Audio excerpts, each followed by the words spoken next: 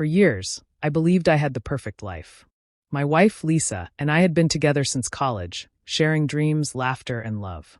We had a beautiful home, a great circle of friends, and everything seemed to be in place. But beneath the surface, something dark was brewing, something I couldn't see at first. It started with small things. I'd come home late from work and notice her phone face down. But that wasn't unusual, right? She was just cautious about privacy. Then there were the quiet moments, when I'd ask about her day and she'd simply say, "Oh, nothing, just the usual." But I could sense something was off, a growing distance between us. I shrugged it off as life getting busier. Over time, things began to shift. She became more secretive, locking her phone with a password I didn't know. When I'd ask about her day, she'd give vague responses. This wasn't the Lisa I knew. The affection between us faded, replaced by something else, someone else. I wasn't blind. I knew what it looked like when someone was pulling away. One night, I decided to trust my gut. I wasn't proud of it, but I couldn't shake the feeling that something was wrong. I took a different route home from work, hoping to surprise her. As I pulled into the driveway, I noticed something odd.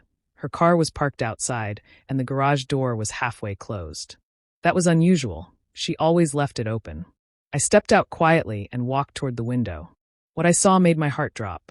There, in the living room, was my wife, laughing, talking, and getting far too close to another man. I recognized him. He was a friend of hers, someone she had mentioned before, but never in detail. The way they looked at each other, the way his hand rested on her arm, there was no mistaking it. This wasn't just conversation. She was flirting with him. My hands trembled as I stood frozen, watching them.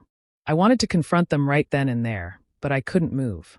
I stayed there, hoping I was imagining things. But I wasn't. He leaned in, and to my horror, he kissed her. It wasn't a quick peck.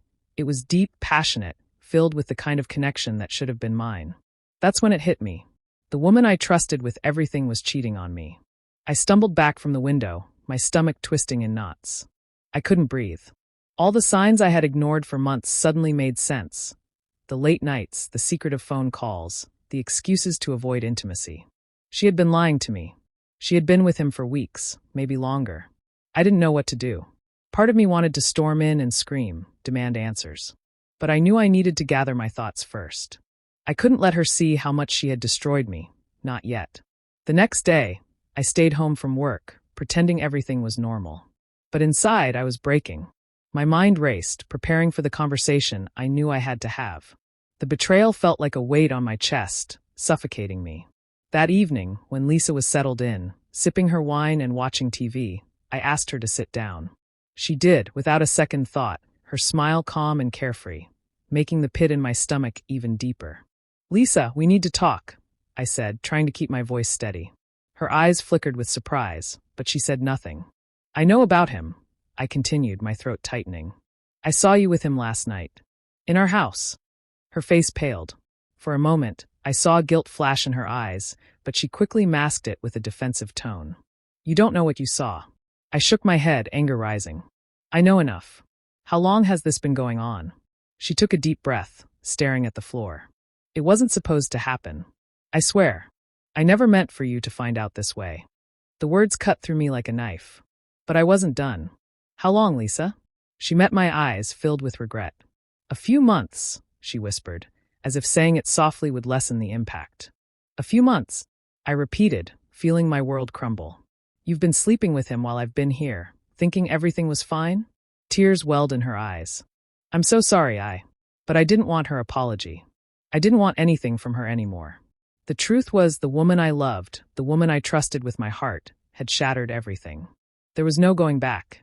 I stood up and walked away from the table. "I need space. I need time to think." As I packed a bag, she begged me not to leave, but I couldn't stay. I needed to get away, from the house, from the lies. The woman I thought I knew was gone, replaced by someone I could never trust again. I don't know how long I was gone, but it was long enough for me to come to terms with the truth. Lisa had broken me, but she hadn't just destroyed our marriage. She had shattered something much more fragile, my belief in love and loyalty. When I finally returned, she wasn't there. She had left. And though part of me wished things could be fixed, I knew I had to let her go. The last time I saw her, she looked different, sadder, as if the weight of her actions had finally sunk in. I walked away, knowing that even though the truth had torn me apart, it had also set me free. I had been blind to what was happening behind my back, but now I knew. And as much as it hurt, it was the only way for war.